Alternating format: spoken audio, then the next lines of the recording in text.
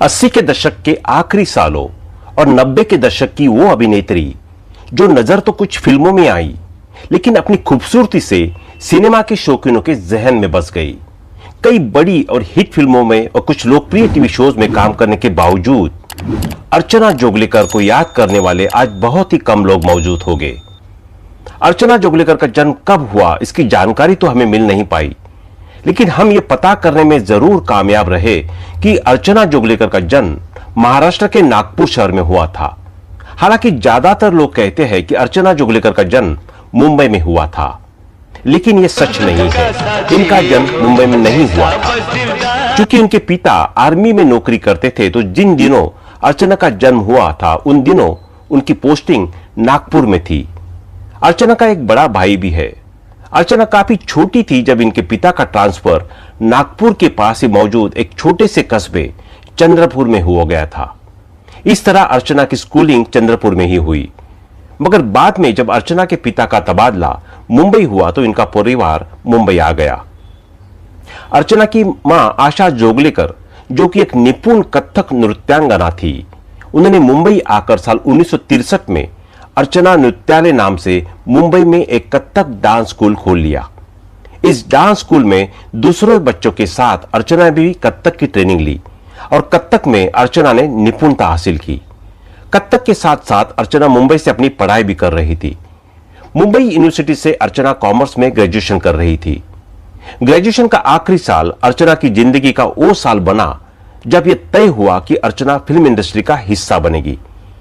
College में होने वाले नाटकों में अर्चना कभी कभार हिस्सा ले लिया करती थी। हालांकि उन्होंने फिल्मों में करियर बना के बारे में कभी नहीं सोचा था। एक दिन मुंबई के प्रख्यात शिवाजी मंदिर ऑडिटोरियम का एक विज्ञापन अर्चना ने अखबार में देखा। उस विज्ञापन का कह गया था कि शिवाजी मंदिर ऑडिटोरियम में नए टैलेंट की तलाश कर रहा है। अर्चना को लगा कि उन्हें अभी अपनी किस्मत आजमानी चाहिए। उन्होंने अपने परिवार से बात की और फिर उस टैलेंट हंट में हिस्सा लेने के लिए एप्लीकेशन सबमिट कर दी। उस टैलेंट हंट में 500 से भी ज्यादा लोगों ने हिस्सा लिया था, लेकिन सेमीफाइनल में चुने गए कुछ लोगों ने अर्चना भी एक थी। यहां अर्चना को एक ऐसी लड़की मिली जो वही मोनोलॉग फाइनल में बोलने वाली थी जो अर्चना को बोलना था।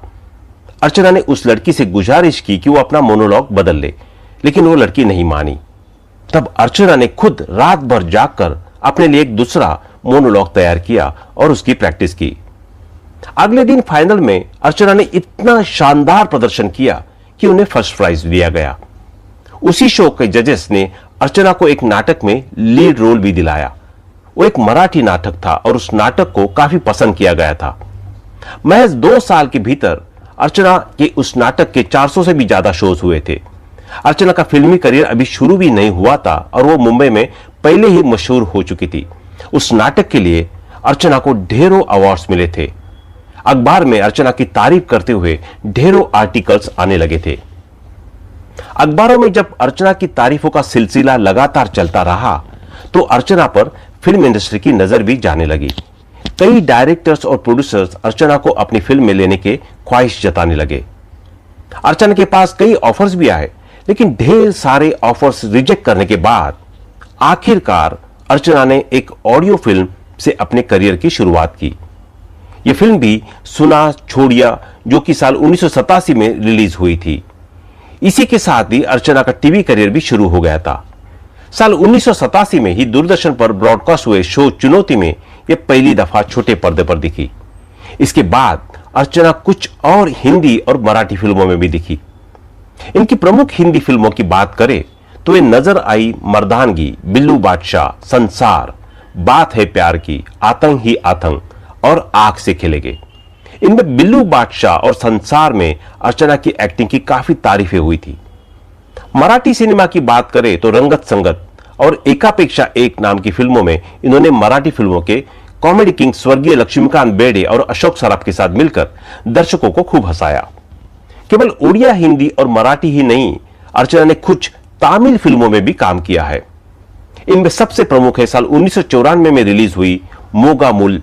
छोटे पर्दे पर साल 1992 में प्रसारित हुए शो फुलवती में इन्होंने लीड कैरेक्टर निभाया था, जिसे बेहद पसंद किया गया था। अर्चना ने कुछ उड़िया भाषा की फिल्मों में भी काम किया था। आपको जानकर हैरानी होगी कि अर्चना ने केवल एक्टिंग ही नहीं की बल्कि इन्होंने डायरेक्शन में भी अपना हाथ आजमाया है।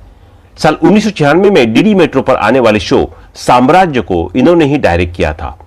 और केवल डायरेक्टर ही नहीं, उस शो की स्क्रिप्ट, स्क्रीन प्ले, डायलॉग्स और प्रोडक्शन भी इन्होंने ही किया था। उस दौर में भारत में एक भी प्राइवेट चैनल नहीं था। एक इंटरव्यू में अर्चना ने बताया कि उन्होंने बिना एक भी पैसा रिश्वत दे दिए केवल अपनी काबिलियत के दम पर अपना वो शो डीडी मेट्रो पर प्रसारित कराया था। आखिरी दफा अर्चना साल 2012 में रिलीज हुई एक फिल्म में नजर आई थी जिसका नाम था मैरिड टू अमेरिका। हालांकि यह फिल्म फ्लॉप रही थी और ये कब आई और कब गई किसी को पता नहीं चला पाया। अर्चना जोगलेकर के बारे में एक रोचक बात यह भी है कि 80 के दशक के आखिरी और 90 के दशक की शुरुआत में ये पान पसंद के विज्ञापन में नजर आई थी और इनका वो विज्ञापन काफी पसंद किया गया था। अर्चना जोगलेकर की निजी जिंदगी के बारे में बात करें तो अर्चना का करियर जब ठीक ठाक चल रहा था तभी इन्होंने डायरेक्टर दिलीप शंकर से शादी कर ली थी और फिल्म इंडस्ट्री को छोड़ दिया।